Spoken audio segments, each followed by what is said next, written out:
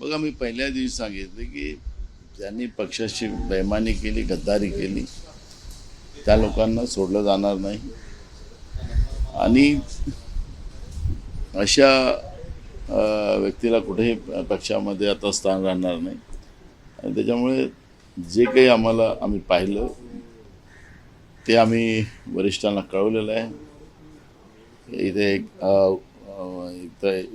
दोन दिवसामध्ये वरिष्ठांचे आदेश आल्यावर तातडीनं कारवाई केली जाईल. किती आमदार फुटले? तुम्हाला आता आम्ही ते आकडा सांगतो आहे, तुम्हाला तेच सांगत आहे की आपल्याला जे वरिष्ठांकडे आम्ही तक्रार केलेली आहे त्याच्यामध्ये जे काही लोकांनी गडबड केलेली आहे ते आम्ही आयडेंटिफाय केलेलं आहे. त्याचा आकडा आपल्याला अतिक्रमणातून आदेश आल्यानंतर आपल्याला कळेलच. मला शक्यता होती हे फुटेल, त्यानुसार तुम्ही काही प्लॅनिंग केलं होतं की काय मार्किंग वगैरे आहे? बघा, आम्ही सगळ्या आमदारांना आम्ही बाकीच्या लोकांसारखं काही दाबून ठेवलेलं नव्हतं. आम्ही त्यांना सगळ्यांना आमचा विश्वास होता. मागच्या निवडणुकीमध्ये जी काही गडबड झाली ती दुसऱ्यांदा करणार नाही असा आमचा विश्वास होता. पण या लोकांनी काँग्रेस पक्षाचा विश्वासघात केलेला आहे. आणि त्यासाठी आम्ही जी काही स्ट्रॅटेजी मतदानाची उपयोगात आणलेली होती त्या स्ट्रॅटेजीमध्ये जी कोणी बदमाशी केली ती त्या ठिकाणी आयडेंटिफाय झाली. आमदारांवरती कारवाईचं स्वरूप कसं असणार आहे, कशा पद्धतीने ही कारवाई केली जाणार आहे? कारण 2022ला पण जी विधान परिषदेची निवडणूक झाली होती त्यामध्ये पण कुठल्या अशा स्वरूपाचे होते होते आणि 2024ला पण तीच पुनरावृत्ती. म्हणून आता त्यांना आता काही स्थान नाही.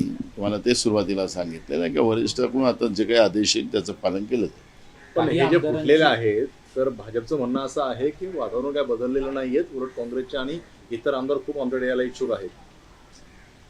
ठीक आहे, तर घोडाबाजार करणारी भ्रष्टाचाराने पैसा कमवलेल्या लोकांना आता हा घमंड आहे. पण जनतेच्या दरबारात त्यांचा घमंड उतरणार आहे. कॅगचा रिपोर्ट अधिवेशनाच्या शेवटच्या पूर्वसंध्येला आला त्या दिवशीच आम्हाला सकाळी मिळाला असता तर त्या दिवशीच त्यांचं पितळ. कारण की जे काही आरोप आम्ही लावत होतो की ह्या राज्याला यांनी कर्जबाजारी केलं, राज्याच्या जनतेवर कर्जाचा बोजा चढवला, महागाई वाढवली, बेरोजगारी वाढवली, शेतकऱ्यांच्या आत्महत्या या लोकांनी करवल्यात आणि अखेरी कॅगनी सीएजीनी आखरी तोच रिपोर्ट दिलेला आहे. आरोप नाही, आता ही वस्तुस्थिती आहे. आत्ता तर हा सीएजीचा रिपोर्ट 8 लाख कोटीच्या कर्जाचा आहे. पण पुन्हा 1 लाख कोटी कर्ज पुन्हा यांनी आणि जवळ 9 लाख कोटीचं कर्ज महाराष्ट्रावर लादून महाराष्ट्रामध्ये महागाईचा बोजा आणि कर्जाचा बोजा जनतेवर लादणाऱ्या या सरकारला जनता माफ करणार नाही. आणि म्हणून हे आकड्याचे जे गणित होते त्या कारण की यांची सुरुवातच 2019मध्ये पहाटेचं सरकारपासून झालेली होती. आणि भाजपला जे 105 आमदार जनतेने चुकून निवडून दिलेले होते, पहिल्यांदा निवडून दिलेले होते, त्याचा दुरुपयोग भाजपने कसा केला आणि या महाराष्ट्राच्या लोकशाही परंपरेला, शाहू फुले आंबेडकर विचाराला कशी काळीमा लावली ते 19 ते 24पर्यंत, 24च्या शेवटच्या दिवशीपर्यंत यांनी कशा पद्धतीचं सत्तेचा माज आणि भ्रष्टाचाराने कमवलेल्या पैशाचा माज कसा माजवला तो जनतेने पाहिलेला आहे. त्याच्यामुळे आता त्यांना घमंड करू द्या. पण जनतेला आता हे सगळ्या गोष्टी पुराव्यासहित माहीत झालेल्या आहेत.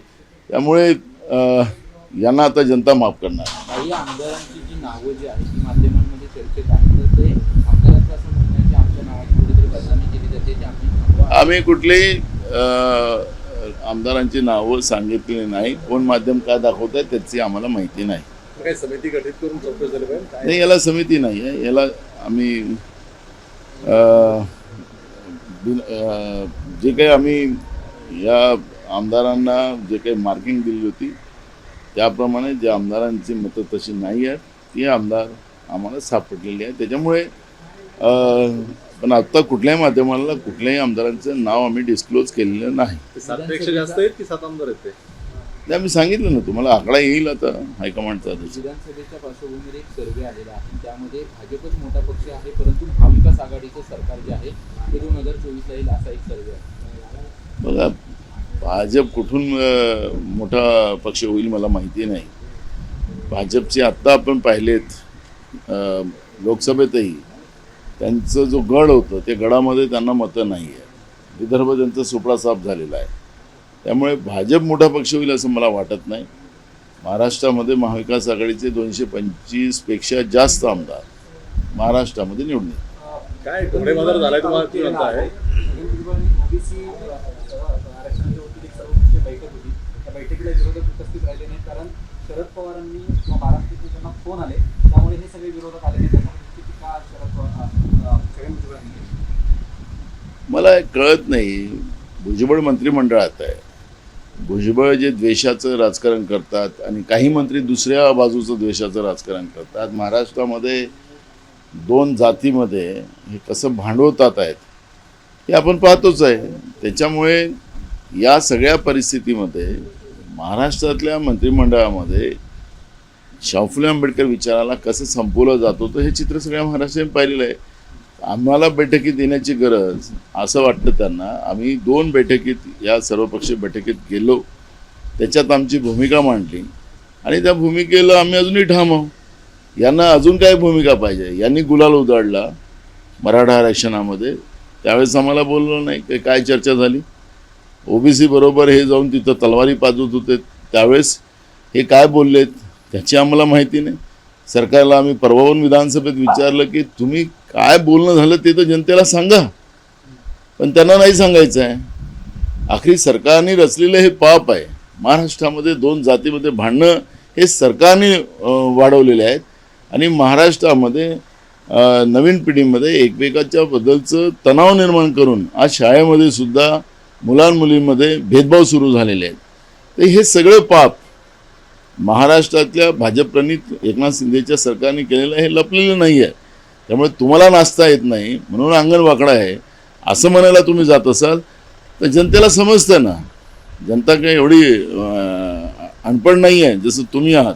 नाना, शेवटचा प्रश्न, तुम्ही वारीत सहभागी होताय, कुठून आणि कोण कोण असणार आहे? वारीमध्ये आमच्या अनेक खासदार राहतील, आमदार राहतील, सोलापूर जिल्ह्यातील अनेक काँग्रेसचे कार्यकर्ते राहतील आणि उद्या आम्ही पूर्ण वारीमध्ये सकाळपासून त्याच्यामध्ये सामील आहोत. राहुल गांधींचं कॅन्सल झालं असं म्हणायचं? नाही, राहुलजीचा काही प्रोग्राम आलेला नाही.